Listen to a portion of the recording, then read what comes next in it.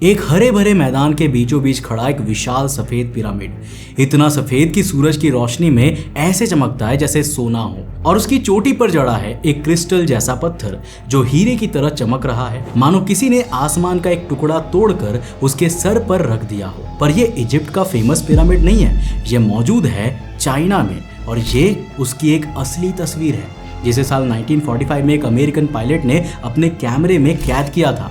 एक ऐसा पिरामिड जो गीजा के ग्रेट पिरामिड से 2 गुना बड़ा है। पर इस तस्वीर के खींचते ही कुछ अजीब होता है। ये फोटो किसी अखबार में नहीं छपती, ये सीधी मिलिट्री के फाइल्स में चली जाती है और वहां गायब हो जाती है पूरे 45 साल के लिए, मानो कोई इस पिरामिड की मौजूदगी को दुनिया से छुपाना चाहता। और सिर्फ ये ही नहीं बल्कि कहा जाता है कि चाइना में ऐसे 40 विशाल पिरामिड्स छुपे हुए हैं जो कई हजार साल पुराने हैं और उनमें से किसी एक के अंदर बेशुमार दौलत के साथ चाइना के सबसे पहले राजा की कब्र है। पर ये सब जानते हुए भी चाइना ना तो उस पिरामिड के अंदर अपने वैज्ञानिकों को भेजता है और ना ही किसी और देश के वैज्ञानिकों को इन पिरामिड्स की स्टडी करने देता है। पर आखिर क्यों?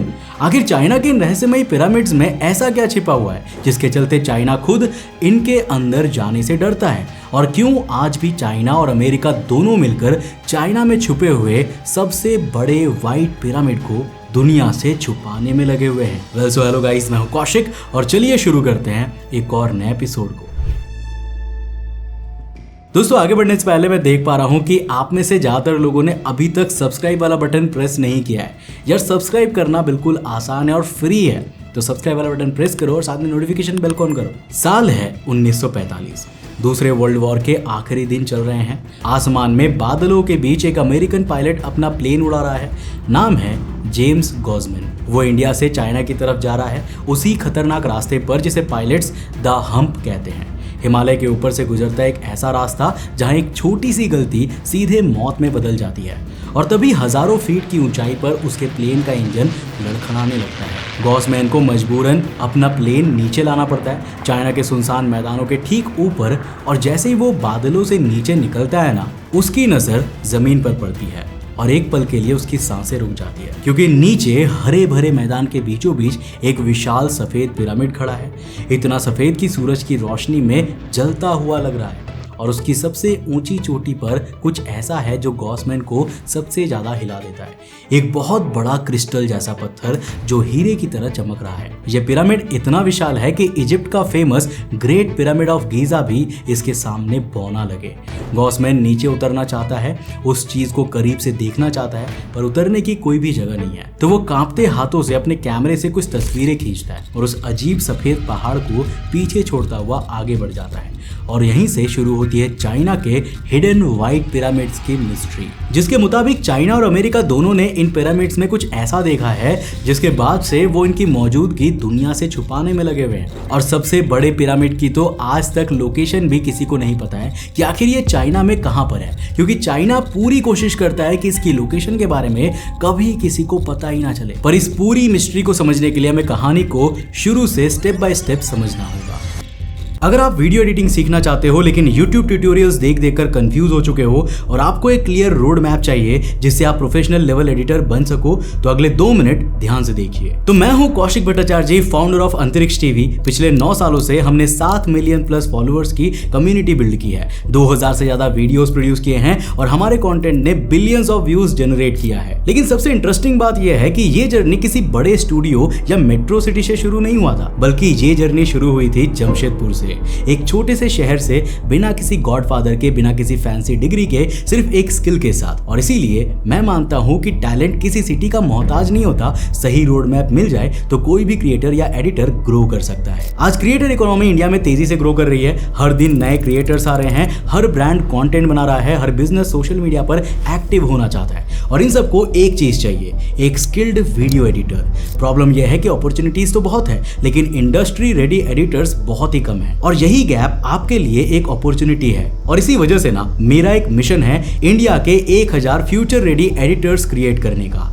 ऐसे एडिटर्स जो सिर्फ सॉफ्टवेयर चलाना ना जाने बल्कि अपनी स्किल्स की वजह से अपॉर्चुनिटीज क्रिएट कर सके, फ्रीलांसिंग कर सके, क्रिएटर्स के साथ काम कर सके, ब्रांड्स के साथ काम कर सके और एक स्ट्रॉन्ग क्रिएटिव करियर बिल्ड कर सके। इसी मिशन को रियलिटी बनाने के लिए मैंने video editing mastery cohort create किया है। ये कोई रैंडम रिकॉर्डेड कोर्स नहीं है बल्कि ये वही सिस्टम है जो मेरी टीम रियल प्रोजेक्ट्स पर यूज यूज करती है। वही वर्क फ्लोज, वही टेक्निक्स, वही प्रोसेसेस जो मिलियंस और बिलियंस ऑफ व्यूज जनरेट करने वाले कंटेंट के पीछे काम करते हैं। इस कोहोर्ट में आप सीखोगे professional video editing in Premiere Pro, Photoshop से हाई कन्वर्टिंग थंबनेल्स और डिजाइंस, लेटेस्ट एआई टूल्स जो आपका वर्कफ्लो फास्टर और स्मार्टर बना देगा, और सबसे इंपॉर्टेंट एडोबी आफ्टर इफेक्ट्स के साथ मोशन ग्राफिक्स बनाना और डॉक्यूमेंट्री स्टाइल वीडियो एडिटिंग, और सबसे इंपॉर्टेंट एक क्लियर रोड मैप जिससे आपको पता चलेगा कि स्किल को करियर में कैसे कन्वर्ट करना है। और इस कोहोर्ट के साथ आपको कुछ एक्सक्लूसिव बोनसेस भी मिलेंगे। Bonus number 1, private community access, जहां आप सीरियस क्रिएटर्स, एडिटर्स और लर्नर्स के नेटवर्क का हिस्सा बनोगे। Bonus number 2, live doubt clearing sessions, ताकि आप कभी स्टक ना रहे और हर चैलेंज का सोल्यूशन मिल सके। Bonus number 3, certificate of completion, जो आपके पोर्टफोलियो और प्रोफेशनल क्रेडिबिलिटी को और स्ट्रांग बनाएगा। Bonus number 4, direct learning from our team, वही टीम जो रियल वर्ल्ड कंटेंट और प्रोजेक्ट्स पर काम करती है। लेकिन एक इंपॉर्टेंट बात है, ये सेल्फ पेस्ड कोर्स नहीं है, ये एक लाइव कोहोर्ट है, इसलिए हम अनलिमिटेड स्टूडेंट्स नहीं लेते। हमारा बैच 1 जुलाई से स्टार्ट हो रहा है और जब सीट्स भर जाएंगे ना, एनरोलमेंट क्लोज कर दिया जाएगा और आपको अगले बैच का वेट करना पड़ेगा, यानी अपॉर्चुनिटी आपके हाथ से मिस हो जाएगा।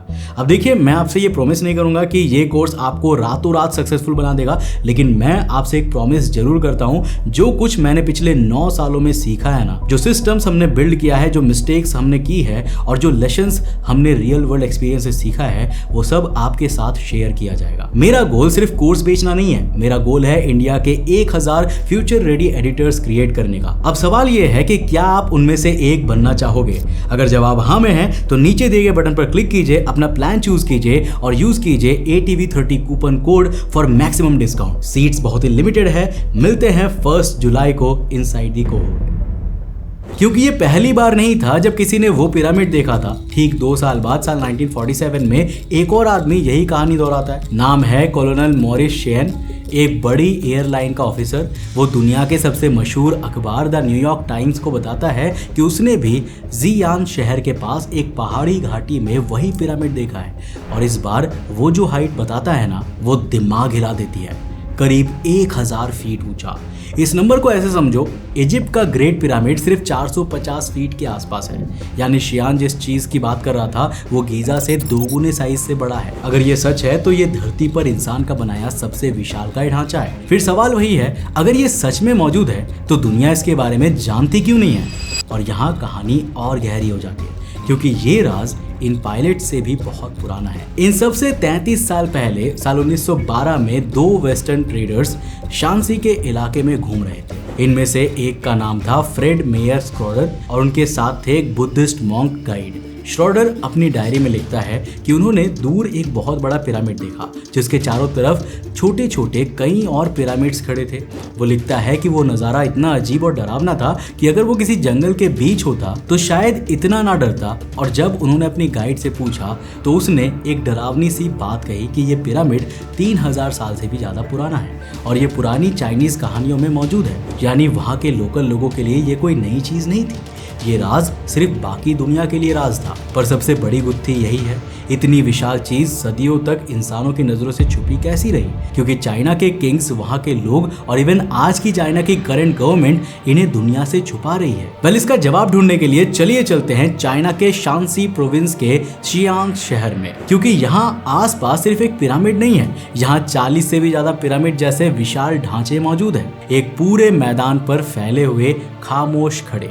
यानी जिस व्हाइट पिरामिड की कहानी दुनिया सुन रही है ना, वो अकेला नहीं है, वो तो एक पूरी छुपी हुई पिरामिड नगरी का सिर्फ एक हिस्सा था। पर असली सवाल, अगर यहाँ 40 से भी ज्यादा पिरामिड्स हैं तो सैटेलाइट्स और प्लेन्स के इस जमाने में भी ये इतने छुपे कैसे हैं? और इसका जवाब छुपा है इन पिरामिड्स के स्ट्रक्चर में, क्योंकि ये चाइनीज पिरामिड्स इजिप्ट के पिरामिड्स की तरह पक्के पत्थर के नहीं बने, ये बने हैं मिट्टी को दबा दबा कर, जिसे रैम्ड अर्थ कहते हैं। और इन हजारों सालों में इनके ऊपर और भी मिट्टी जम गई है, घास उग गई है और कई पेड़ खड़े हो गए हैं, जिसे आज दूर से देखो तो ये पिरामिड कम और एकदम नेचुरल हरी भरी पहाड़ियां ज्यादा लगते हैं। इसलिए सबके सामने होने के बावजूद भी ये काइंड ऑफ इनविजिबल है। कहा तो ये भी जाता है कि एंशिएंट किंग्स ने इन्हें बनवाते हुए जानबूझकर इन्हें पहाड़ियों जैसा रूप देने को कहा था, ताकि ये दुनिया से छुपे रहें।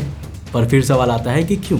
आखिर कोई सिविलाइजेशन अपने टाइम के इतने मैसिव इंजीनियरिंग मार्वल आर्किटेक्चर को क्यों छुपाना चाहेगी? इस सवाल का जवाब जानने के लिए अब कई साल बाद रिसर्चर्स ने गॉसमैन और शेनान द्वारा आसमान से ली गई इन पिरामिड्स की पुरानी तस्वीरें दोबारा देखनी शुरू की। और जब उन पुरानी फोटोज को एक दूसरे से कंपेयर किया गया तो एक चौंकाने वाली बात सामने आई। पता चला कि उस तस्वीर का व्हाइट पिरामिड असल में एक जानी पहचानी जगह है जिसे माओलिंग मौसोलियम कहा जाता है। ये हान डायनेस्टी के एम्परर वू की कब्र है जो 2000 साल पहले चाइना पर राज करता था, और उसकी कब्र वाला ये पिरामिड इन सभी हान पिरामिड्स में सबसे बड़ा है। अब क्या इसका मतलब कहानी खत्म? क्या वो चमकता सफेद पिरामिड सिर्फ एक आम कब्र थी? पर बात इतनी आसान नहीं है, क्योंकि उस तस्वीर वाला पिरामिड ना तो पूरी तरह सफेद था, ना उसके ऊपर कोई चमकता पत्थर था, और ना ही वो इतना ऊंचा था।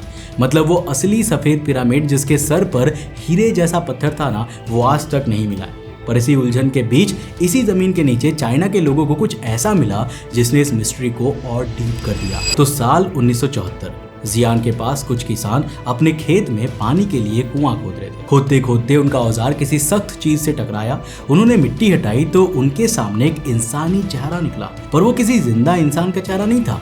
वो मिट्टी से बनी एक मूर्ति का चेहरा था जो आंखें खोले उन्हें घूर रहे थे। डरते डरते उन किसानों ने और खुदाई की, और तब जो हुआ उसने उन्हें हिला दिया। जमीन के नीचे से एक के बाद एक हजारों मिट्टी के सैनिक निकलने लगे।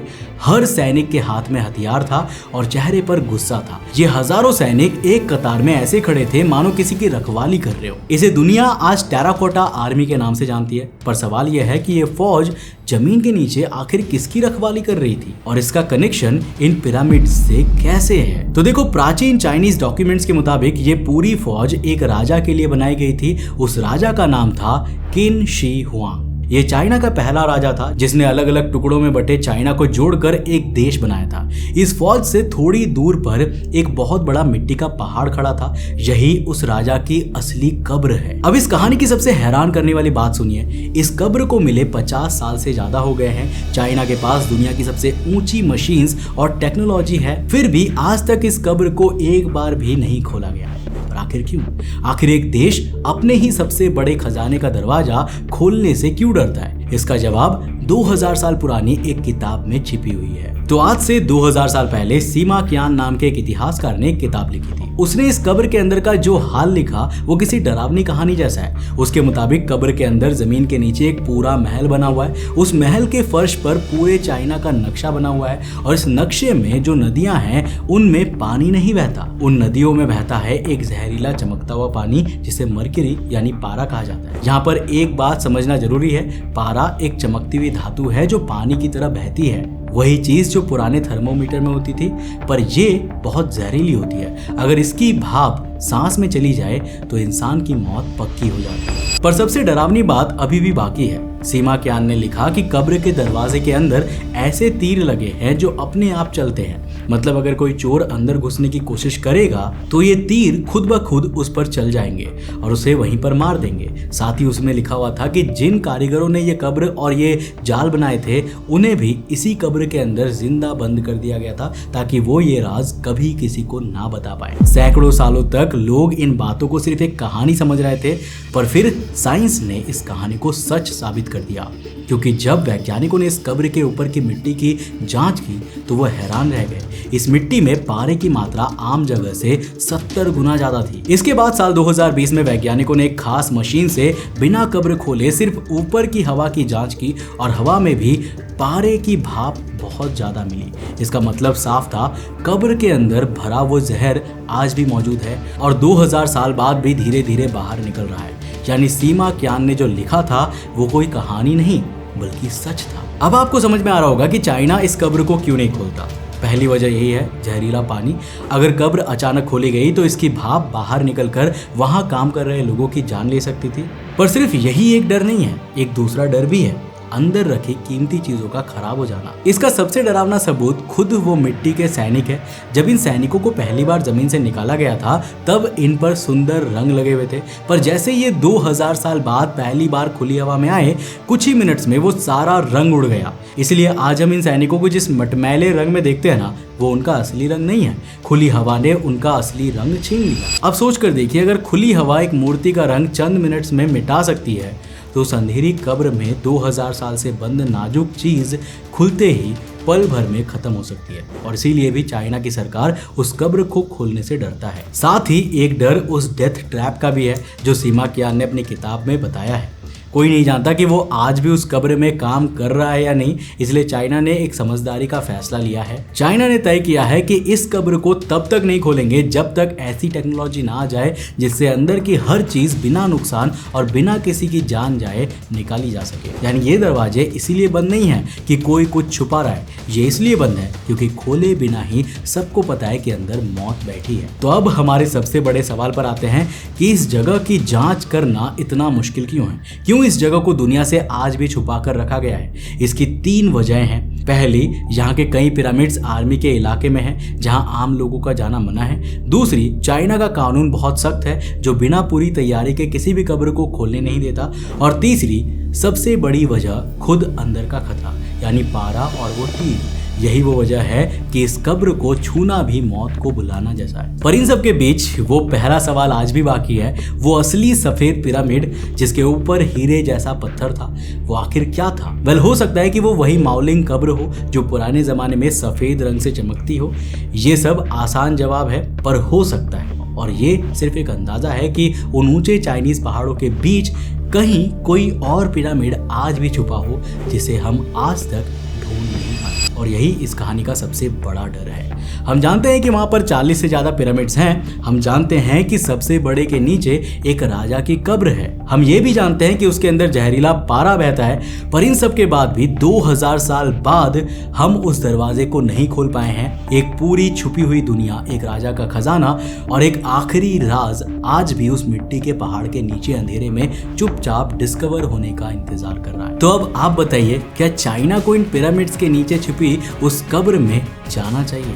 नीचे कमेंट सेक्शन खुला है, अपनी राय लिखकर जरूर बताना। अगर वीडियो पसंद आया, कुछ नया सीखने को मिला तो इस वीडियो को लाइक करने के साथ साथ अपने दोस्तों के साथ जरूर शेयर करना। अगर आप नए उस चैनल पे तो इस चैनल को सब्सक्राइब करने के साथ साथ नोटिफिकेशन बेल को कर देना। और अगर आपको ये वीडियो पसंद आए ना तो मैं आपको रिकमेंड करूंगा कि आप अगली वीडियो इसे जाकर के जरूर देखना, जिसमें हमने बात किया है मौत के बाद दिखने वाले ड्रीम्स के बारे में। एक ऐसा सपना जो कि हर मरने वाले इंसान को जस्ट मरने से थोड़ी देर पहले आता है। पर आखिर क्या है वो सपना और वो क्यों आता है, जानने के लिए इस वीडियो को जाकर देखना बहुत इंटरेस्टिंग है। मैं मिलता हूं आपको नेक्स्ट एपिसोड के साथ, तब तक के लिए बाय, जय हिंद।